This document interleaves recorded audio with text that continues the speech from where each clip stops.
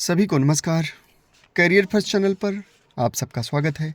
Dictation लिखने के लिए तैयार रहें। Ready start.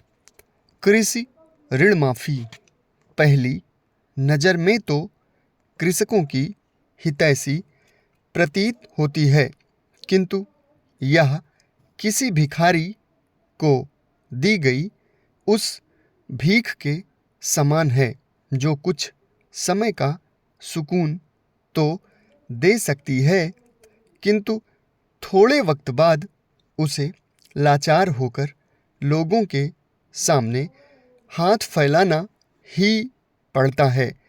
आम चुनावों के आते ही कृषि ऋण माफ़ी सुर्खियों में आ जाती है।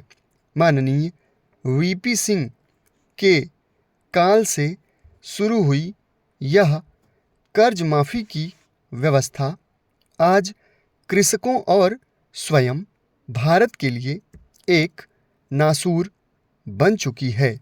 चूँकि कृषि मूलतः राज्य का विषय है और राज्यों के पास पहले से ही वित्त का अभाव है, परिणामस्वरूप ऋण माफ़ी राज्यों की अर्थव्यवस्था को तहस नहस कर देती है।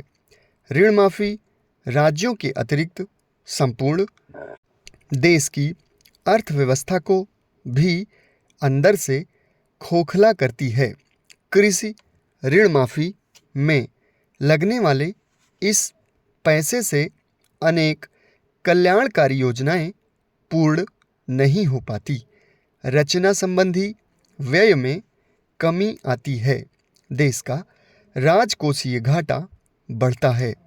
एनपीए में डूबे हुए बैंकों की हालत और ख़राब हो जाती है, जिससे बैंक नए उद्यमियों को ऋण नहीं दे पाते और उत्पादन गतिविधियों में कमी के फलस्वरूप संपूर्ण देश की आर्थिक गति मंद पड़ जाती है।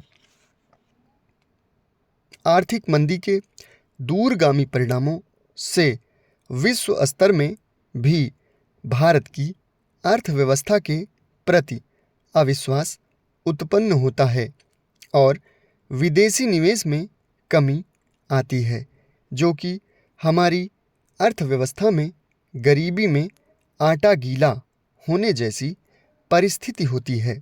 इस प्रकार कृषि ऋण माफ़ी अर्थव्यवस्था के लिए अत्यंत हानिकारक है। बहरहाल कृषि ऋण माफ़ी के कुछ सकारात्मक परिणाम भी प्राप्त होते हैं, जैसे कुछ कृषक कर्ज से मुक्ति पाकर उपज में वृद्धि द्वारा एक मजबूत आर्थिक स्थिति प्राप्त करते हैं। कृषक इस ऋण माफ़ी से बचे हुए पैसे का उपयोग कर कृषि हेतु नई तकनीक खरीद सकते हैं। उच्च गुणवत्ता वाले महंगे अनाज, उर्वरक, कीटनाशक आदि की सक्षमता द्वारा पैदावार में वृद्धि कर स्वयं की स्थिति मजबूत कर देश में खाद्य सुरक्षा भी सुनिश्चित कर सकते हैं, किंतु यह लाभ मुख्यतः बड़े कृषकों तक ही सीमित रह जाता है।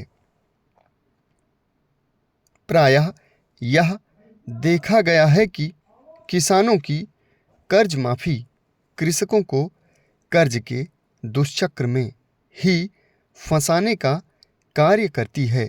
सरकार द्वारा एक बार कर्ज माफ़ी से किसान चंद पलों के लिए राहत की सांस तो ले लेगा, किंतु जब उसकी फसल पर मौसम की मार पड़ेगी और उसकी फसल बर्बाद होगी, तो वह जीवन गुजारने के लिए मोहताज हो जाएगा और कर्ज के लिए दोबारा अपनी झोली फैलाएगा।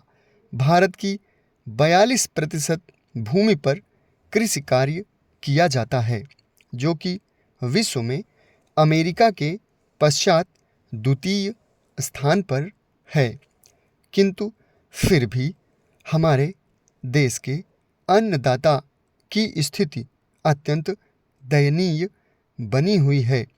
आए दिन समाचार पत्रों में कृषकों की आत्महत्या की खबरें इस भयावह स्थिति का बखान करती हैं।